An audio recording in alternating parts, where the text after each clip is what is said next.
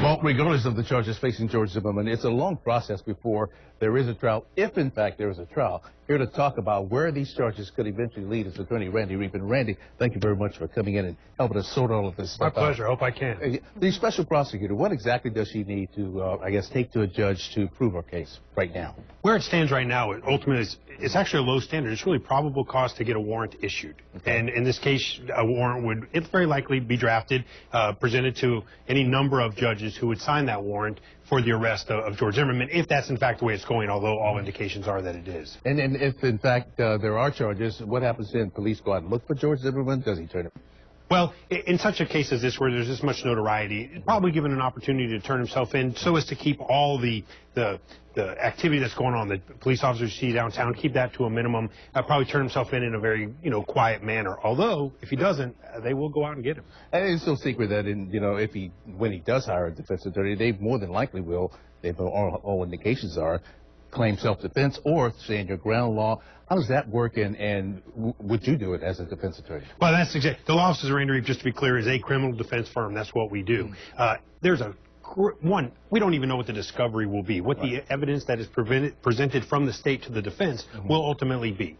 Well, you have to figure out what that is, and then this can go in so many different forks in the road. There could be a stand your ground case, although we sort of think that's probably not the case. There's more old school self-defense, if you will. There's an argument to be made there. There's also a myriad of other defenses that could be available to George Zimmerman, depending on how the case is presented. And of course you will ask for acquittal right away based on that? Well, an acquittal is something that will actually happen at the trial setting. This would be more like a motion to dismiss, where I think what you're talking about is we present evidence to a judge and say, there's not enough to get to a jury here. And cases get dismissed through a suppression of some evidence or dismissal because the prima facie case isn't met. There seems to be a great deal of evidence here, but those are all the different styles and tools that we use as criminal defense attorneys to work the case away. And of course, if that happens, there is no trial.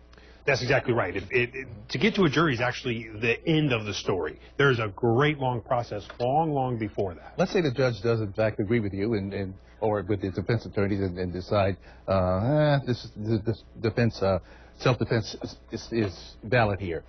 Do the prosecutors have an out, or can they come back and ask for, There's an appeal process that's available to both sides if they don't like the outcome of a case. Some things are so dispositive that they can't be appealed. One of those many fingers that I spoke of could prevent the prosecution from appealing. But by and large, every decision that comes out will be handled through the first DCA, which is the section, the appeals court above us, and then ultimately could go to a Florida Supreme Court, depending on what occurs. Now, of course, we're going to wait for Angela Curry. She's going to have a news conference coming up, looks like, in about 20 minutes or so. That's right. The charges that he could face, obviously first-degree murder is off the table at this point.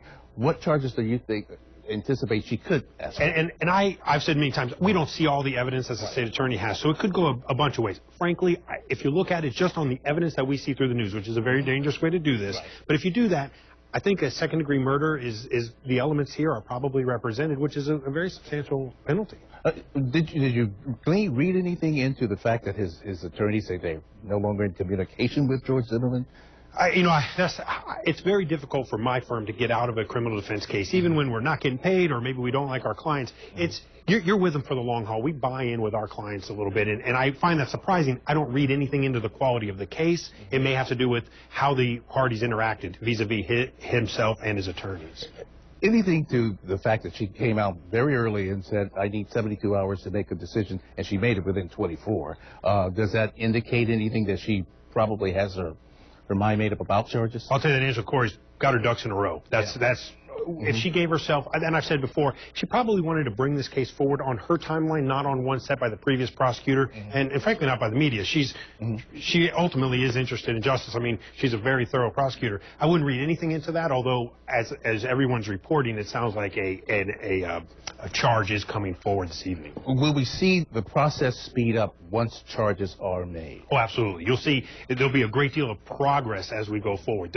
If there's charges, and again, we think there are, there'll be the arrest, there'll be the subsequent bond hearing that will go along with it. The potential to reap bond is presumed in the Constitution. So Mr. Zimmerman may be, in fact, ultimately released again. I know that will cause trouble. And then you'll see all these pretrial tactics used by both sides. And it's what we do for a living. Randy Reep, defense attorney. Randy, thank you a whole lot for coming in and It's my pleasure. straightening all this out for us. I don't know if I straightened anything else, but thank you.